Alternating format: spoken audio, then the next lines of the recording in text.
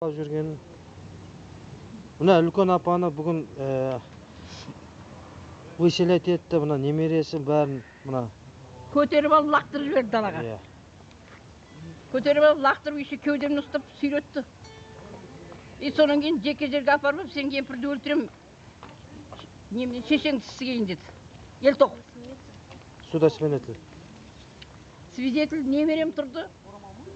Мен жалғыз қалғанда мына жан-жаққа қарап айтты маған. Не ғой, қандай адрес? Адрес?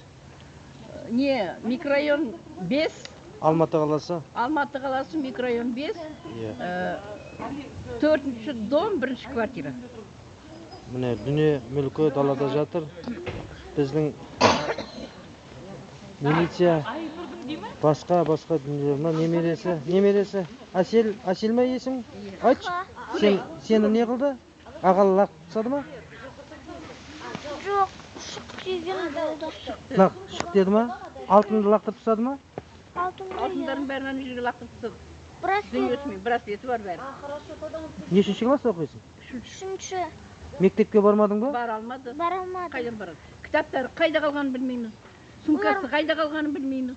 Ала алмадық сумкаларын. Мектепке баратын қазір құралдары да жоқ, оқитын сабақта кітаптары да жоқ. Мына көршілері тамақ беріп отыр. Қазір түнгі сағат 9. Мына суда свидетельдер, милиция бәрі осында. Алла олар жағында, енді біздер далада қалдық, айдалада қалдық. Тамақты көршілері әкеліп беріп отыр. Не істеріміз білмей отырмыз, қайда түнейтімізді білмей отырмыз. Таңертеңнен бері даладан қатып қалдым жаурап. Өзім жүрегімді ауырады, инсультым бар, сақырым бар, жүрек ауырым бар, операцияға отказ беріп келдім осы жолы. Бір апта болып шыққан больницадан.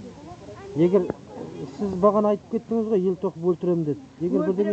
Егер бірдеңе болса, мен сол Елтоқовтың қолынан өлді дей беріңдер. Жарайды, жақсы.